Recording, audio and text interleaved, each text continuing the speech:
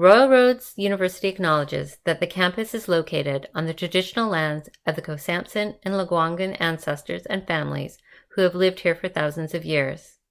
This land has been part of the fabric of the life of the Indigenous communities long before Hatley Castle was built, and it will be long into the future. It is with gratitude that we now learn and work here, where the past, present, and future of the Indigenous and non-Indigenous students, faculty, and staff come together. Hashka CM. Hello everyone, we are Debate Group 2, Team B, taking the faculty perspective. We are Lori, Jennifer, Ashley, Brett, Eden, and Debbie. We will be discussing the topic of mental health training, mandatory or not. Team A has argued from a managerial perspective that mental health training for faculty should be mandatory. We counter, from a faculty perspective, that mental health training should be optional for the following reasons. Mandatory training is not effective, that there are concerns of boundaries and risks from a legal perspective. Focusing on mandatory training for faculty is a limited approach to the higher education epidemic. We argue that the mental health crisis requires a comprehensive, multidisciplinary approach with clear policies and communication campus-wide, including the students. Just this year, in 2019, the American College Health Association completed a survey on 58 Canadian post-secondary institutions that included 55,284 student participants. The results are as follows. 23.7% of the students were diagnosed with anxiety or treated by a professional. 19.1% of the students were diagnosed with depression or treated by a professional. 79.8% of the students would seek a mental health professional, and 16.4% of the students seriously contemplated suicide in the last 12 months. There is no argument that the mental health of our post-secondary students is concerning. So, what about faculty's mental health? In our research, we found that burnout is clearly a problem. In 2004, Lacritz identified that 20% of faculty feel the highest levels of burnout throughout their careers. Blex and company agreed that university teachers feel this burnout because they need to maintain so many relationships with students, staff, and administration. These relationships come with the burdens of many individual problems throughout the academic year that they are asked to accommodate and address daily. With the complexities of these issues, Hughes described how academics deal with these problems, how it affects their sleep and home lives, which ultimately drains on their own mental well-being.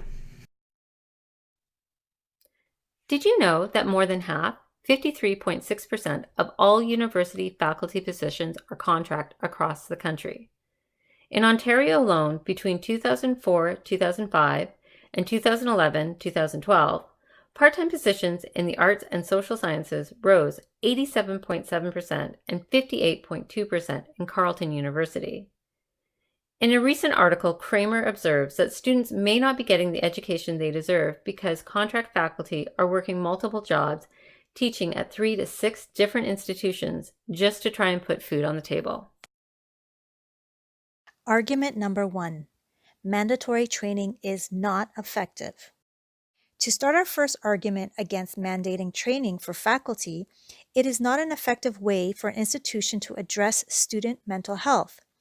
From her 2009 study, Webster Wright stated, "Instead of trying to control or standardize professional learning experiences, we should be working to celebrate and develop insights of the diverse experiences that support professionals like faculty to learn." There are many reasons mandatory training will not work. For one, it assumes faculty are not engaged in the well-being of their students or capable of self-directed learning. Specifically, mandating mental health training implies faculty are professionals that are incapable ingenues, needing authoritative shepherding, and this is not congruent with the notion of professionals as engaged, agentic individuals capable of self-directed learning, to quote Webster Wright in her 2009 study. In addition, mandating training for faculty reduces their motivation to learn. Corrado, Enriquez, and Ribeiro in 2015 found that mandatory training reduces the motivation for people to learn and apply what they learn in their workplace. Finally, mandatory training does not take faculty culture into consideration. In 2004, Machen and Traylor found that the strongest indicator of someone's motivation to learn when it comes to training is their commitment to the institution. We also know from Ruben DeLisi and Gigliotti 2017 book that faculty culture can be explained in part by understanding that they tend to value collegial decision-making versus hierarchical decision-making, and that their primary loyalty lies to their discipline rather than their institution. Essentially, assuming that faculty are committed to the institution, and so the mandatory training will be effective, is based on an inaccurate understanding of faculty values and culture. Argument number 2. Boundaries and risk from a legal perspective. Not only is mandatory mental health training for faculty an ineffective approach to addressing student health, but there are also legalities and risks that post-secondary leaders must consider with this strategy. In their 2019 study, Kalkbrenner, Jolly, and Hayes indicated that mandatory training is a premature approach when clear campus-wide mental health policy and procedure is not in place. It is also important to note that mental health services should also involve professional counselors, medical doctors, and psychiatric resources that are trained to provide intervention. Point 1. The risk of mandatory mental health training is that it insinuates ownership on faculty and makes it challenging for boundaries. Owen and Zarar Castro argued that academics should not be expected to have dual relationships with students outside of the primary professional relationship, as ethically this creates potential conflict. Providing mental health services to students is outside of the professor-student relationship, thus creating a dual role. Ward further argues that faculty bring to the institution their subject matter expertise in a field, experience, and passion for their students in the classroom. While considered professionals, their primary role is that of educator and not of a counselor or amateur psychologist. This begs the question, where does the role of faculty begin and end in post-secondary institutions? Point 2. Faculty can place their tenure at risk by providing this extra role. Unqualified academic staff are providing support to students, weakening appropriate boundaries, placing both the academic and student at risk. Legal advice to the sector advised against this in the event something goes wrong and the academic is then held accountable for failing to provide the effective counseling skills. Hughes et al. Suggested that academics must be able to work within clear and safe boundaries that are appropriate to their level of skill and the roles they occupy within higher education. Proposing that faculty make up for the lack of resources provided to students puts both academics and students at risk, possibly exacerbating the mental health needs of the student and potentially causing more harm. As we've pointed out, addressing student mental health through mandatory training for faculty is ineffective and comes with legalities and risks to consider. However, the most important reason mental health training should not be mandated is that this approach is too limited. Essentially, this is a quick fix to an issue that requires a systemic and comprehensive solution.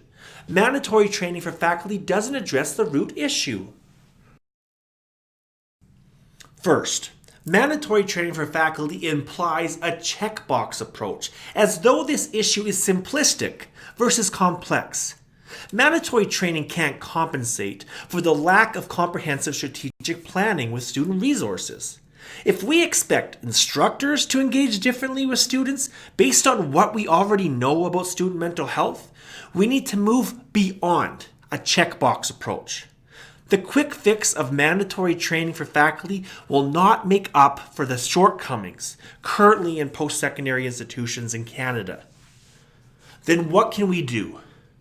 Institutions need to focus on educating students on mental health. In 2011, Rosenberger stated that many students are coming to campus having just left home and are just learning to make their own decisions and solve their own problems. Studies have shown that when students are literate when it comes to mental health, they are more open to seeking help from professionals. And lastly, we couldn't find one study that suggested that mandatory training was an appropriate response or approach for institutions seeking to address student mental health. Instead, a comprehensive, multifaceted, preventative approach is the more effective method. In their study from this year, Mitchell and Ortega recommended that institutions involve the entire campus community, where students are key partners in creating a culture that supports student well-being. And a final study by Diplacento Durango, who indicated institutions could shape mental health more systemically through comprehensive strategic planning, leading to transformative measures. Diplacento Durango also suggested mental health literacy can be improved through student support service publications, posters, emails, monthly newsletters to faculty, staff, and students that include links to teaching resources and counseling contact information. We believe it takes a community to support student mental health, and the student needs to play a key role in themselves. An entire shift in organizational culture is needed to address the mental health needs of our students. Simply implementing mandatory training for faculty is not going to fix the problem. As mentioned on the Healthy Campuses website, that the best way to support a student population is to offer services and programs which are grounded in a strength-based approach that is streamlined across all services and provides a high level of care toward the student and their mental health. And it is for these reasons that we believe mental health training should not be mandatory for faculty.